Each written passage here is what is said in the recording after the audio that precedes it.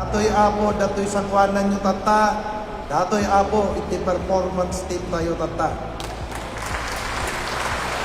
Tatapo, datoy siguro ng administrasyon, maritnayo, ti usto nga serbisyo, kan usto nga tulong. Nga po.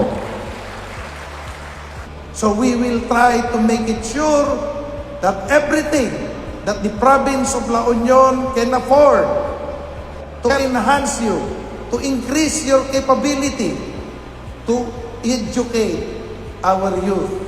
Tamo yung kanya, I believe, haan di manungatawan nga agsuro. That is just time. What needs is a quality of education that we can give. Nakapatanor tayo, ti usto nga agserbi, nga ama tayo, dito'y La Union. If there are programs nga kastanay apo, count me in because I will always support that. And I'm sure, the Sangguniang Palalawigan is right here in front of you. I don't think none of them will turn their back when it comes to the education of our children here in the province of La Union.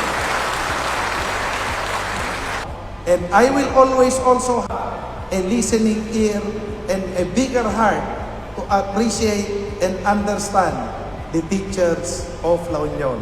Naimbag nga bigat tayo natin.